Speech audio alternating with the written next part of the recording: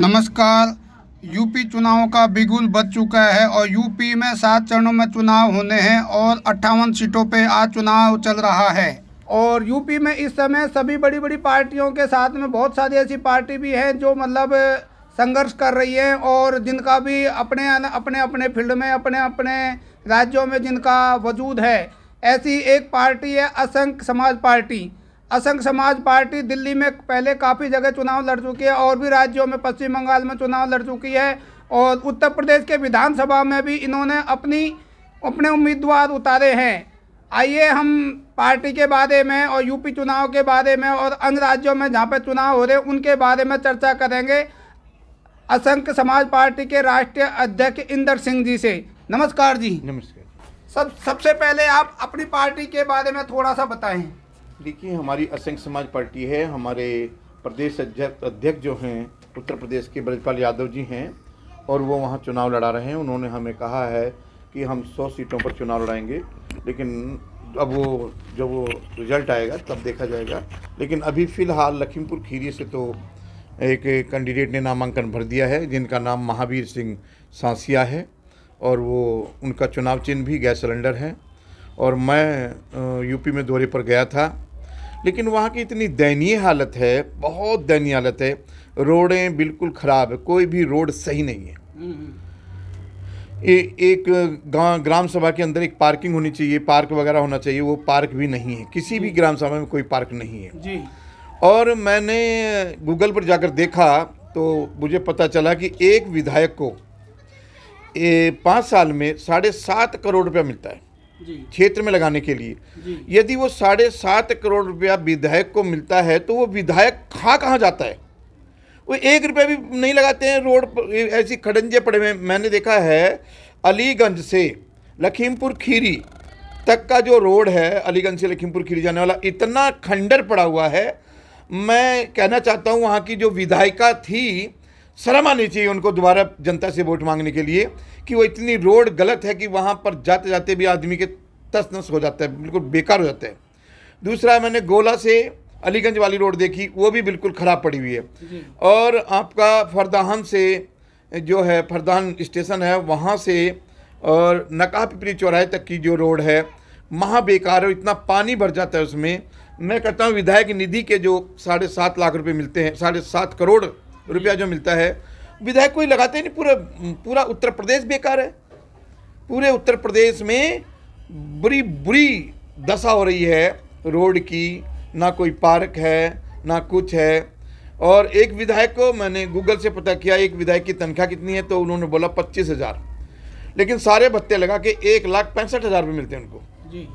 1,65,000 रुपये मिलते हैं पूरे जीवन भर के लिए। उनकी रेल यात्राएं फ्री होती है, लेकिन फिर भी उनको शर्म नहीं है। जो विधायक निधि का पैसा है वो तो लगाना चाहिए क्षेत्र में।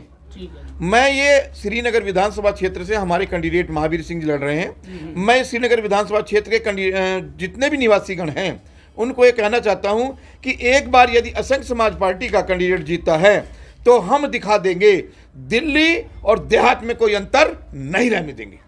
अच्छा इंदर सिंह जी, यूपी के चुनाव हो रहे हैं और असंख्य समाज पार्टी की तरफ से क्या क्या मुद्दे प्रमुख हैं जिन पर चुनाव लड़ा जा रहा है? देखिए, सबसे पहले तो ये लोग कहते हैं हम वो कर देंगे, वो कर देंगे। अरे पहले रहने की सुविधा तो सही करो जी, चलने की सुविधा करो। जब मार्ग सही होंगे तभी तुम मार्गदर्शन कहलाओगे। मार्गदर्शन जब भी तो अच्छे कहलाओगे। कह रहे हैं मैं सिलेंडर फ्री कर दूंगा, मैं वो फ्री कर दूंगा, अखिलेश जी कह रहे हैं। और जो आप केजरीवाल जी वहाँ जाके कुछ कह रहे हैं कि साइकिलें कर दूंगा, वो कर दूंगा। लेकिन मैं कह रहा हूँ जो भी पहले कांग्रेस सरकार रही जी, सपा सरकार रही जी, बीजेपी सरकार रही, मेरा जन्म यूपी में हुआ है। मैं यही चर्चा कर रहा था कि सन 1960 में मेरा जन्म हुआ था जी।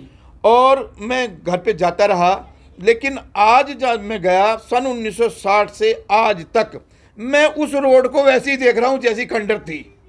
आज तक कोई भी सुधार नहीं आया।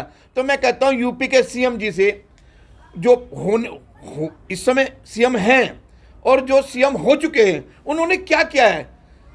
उस पूरे अपराध का बेड़ा गर्क ही किया है। अच्छा इंदर सिंह जी, जैसे सभी पार्टियों ने इस समय अपने वादों का पिटारा खोल दिया, फ्री बहुत सारी चीजें फ्री करी हैं। इन फ्री की चीज पे मतलब बजट पे सरकार के जो भी खर्चे हैं उन पे क्या प्रभाव पड़ेगा? क्या वास्तव में लोगों के लिए, समाज के लिए, लोकतंत्र के लिए ये सही रहेगा? ये देखिए, ये जो फ्री की बात कर रहे हैं, देश की जनता को गड्ढे में ले जा रहे हैं जी। मैं तो कह रहा हूं फ्री से हमें फायदा क्या है? हमें सुविधाएं दो, अच्छी सुविधाएं दो। हमें फ्री कुछ नहीं चाहिए, लेकिन हमें सुविधाएं चाहिए जी। और हम किसी को कुछ नहीं कह रहे हैं। मैंने कहा है, यदि श्रीनगर विधानसभा क्षेत्र से हमारे कैंडिडेट जीतते हैं तो जितनी ग्राम सभाएं हैं उनके एक एक व्यक्ति को एक एक प्रतिनिधि लिया जाएगा, उनकी मीटिंग की जाएगी। जहाँ जहाँ विधानसभा में जो गलियाँ बननी है, रोड बननी है, उन गलियों को, रोड को, गांव के मतलब मार्गों को हम सही करके दिखाएंगे। उस विधानसभा को तो सही करके हम ऐसा चमन बनाएंगे कि जो जिंदगी में आने वाली पीढ़ियां याद करेगी कि एक सांसद जीता है। जब से ये देश आज़ाद हुआ है मैं वहाँ पर देख रहा हूँ कि सपा का भी जीता है, बसपा का भी जीता है, कांग्रेस का भी जीता है, लेकिन उद्धार किसी ने नहीं किया। सब लोग पैसा खा गए, डकार गए। मैं कहता हूँ 7.5 करोड़ एक साल में मिलता है।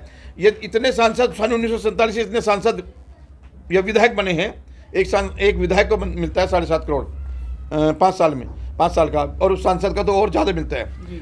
तो यदि ये मिलकर उसको पैसे को वहाँ लगा देते उस विधानसभा में, यदि एक सांसद अपनी पूरी लोकसभा में अपना फंड जो मिलता है सांसद निधि यदि वो लगा दे, तो मैं कहता हूँ पूरा भारत एक चमन की तरह चमकेगा। लेकिन ये नेता ही भ्रष्ट हैं, ये नेता भ्रष्ट हैं, सारा डकार जाते हैं और जनता से वोट मांगने चले जाते हैं। मैं यही बार बार अपील करता हूं कि यदि श्रीनगर की जनता ने हमारे कैंडिडेट को भारी बहुमत से विजयी बनाया, तो मैं कहता हूं कि उनको हम उनके दुख दर्द में ये विधायक 5-5 साल दर्शन भी नहीं देते हैं। जब मतदान होता है, वोट मांगने की बात होती है, तब चले जाते हैं क्षेत्र में, दे दो जी वोट। और किसको रोक पकड़ते हैं? प्रधानों को। अभी देखिए, मैंने एक बंदे ने मुझे वहाँ पर बताया श्रीनगर विधानसभा क्षेत्र में ही कि जो प्रधान है, जो गरीबों के मकान आते हैं, उनके 25-20 हज़ार रुपये पहले लेते हैं वो। भाई तुझे मकान चाहिए ना? कह रहा हाँ जी। तो पैसा आने पर तुझे 20,000 रुपये देने होंगे, 25,000 देने पड़ेंगे, तब तेरा लिस्ट में नाम लिखूंगा, नहीं तो नाम नहीं लिखूंगा। ये क्या है? ये भ्रष्टाचार नहीं है? और हर एक गरीब बेचारा मिला, कह रहा जी मैंने 25,000 रुपये देने को, 20,000 रुपये देने को मना कर दिया, तो मेरा आज तक मकान नहीं आया। उसकी झोंपड़ी आज भी है, कम से कम 40 साल मुझे उसको देखते हुए हो गया। 25,000 चले गए पहले ही।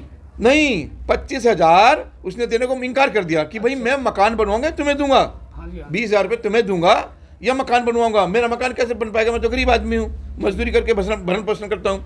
तो उस गरीब का आज तक मकान किसी प्रधान ने नहीं दिया। अच्छा इंदर सिंह जी, अब यूपी में जहाँ भी आप कैंडिडेट खड़े कर रहे हैं, और प्रदेश की जनता को, प्रदेश के मतदाताओं को आप क्या अपील करना चाहेंगे? मैं तो यही अपील करना चाहूँगा कि इन पार्टियों को धक्का दो जी। जो गरीब पार्टियां हैं और सच्चा ईमानदार आदमी है जो क्षेत्र में काम करना चाहता है, आप उसको जिताएं। ये पाखंडियों को ना जिताएं, ये भ्रष्टाचारियों को ना जिताएं। कोई किसी की बात करता है, कोई जातिवादी की बात करता है, कोई किसी की बात करता है। आपका सच्चा इंसान होना चाहिए, चाहे वो निर्दलीय हो, किसी दल से ना हो, लेकिन सच्चा ईमानदार इंसान हो, जो क्षेत्र में काम करना चाहता हो, जो क्षेत्र में काम कर सकता हो, उसको जिताए। मैं इन पार्टियों में विश्वास नहीं करता। हमारी पार्टी है छोटी पार्टी, लोग कहते छोटी है, काहे की छोटी है? एक ने बोला नेताजी यदि आपकी 2-4 सीट निकल गई तो आप क्या सरकार बना सकते हो? मैंने कहा नहीं, सरकार तो नहीं बन सकती, लेकिन सरकार बिगाड़ने में भी कसर नहीं छोड़ेंगे। यदि 1 किलो दाल में 4 कंकर पड़ जाए ना, वो दाल घुटती नहीं है। हम लोग तो वैसे कंकर पत्थर बन के रहेंगे कि इन लोगों को ना सोने देंगे ना खुद सोएंगे, इनकी नींद हराम कर देंगे। यदि हमारी सरकार, यदि हमारी 4 सीटें भी आ गई तो हम तहलका मचा देंगे, इनको जीना और जनता को जिलाना सिखा देंगे कि जनता के साथ कैसा बर्ताव करना चाहिए। जनता हमारी है, हमें मतदान करके हमें वहाँ तक विधानसभा तक पहुँचाती है, और हम जनता के साथ फिर कैसा व्यवहार करते हैं। उनकी ना गलियाँ बनाते, ना घर बनाते।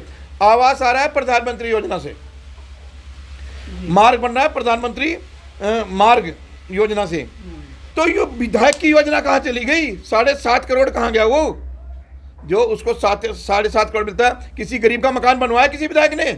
आज तक नहीं बनवाया होगा।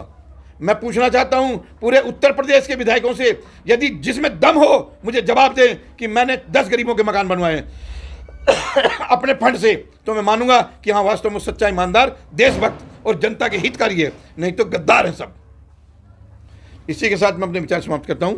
जय हिंद, जय भारत। आपने हमारे चैनल को समय दिया, इसके लिए आपका बहुत बहुत शुक्रिया जी।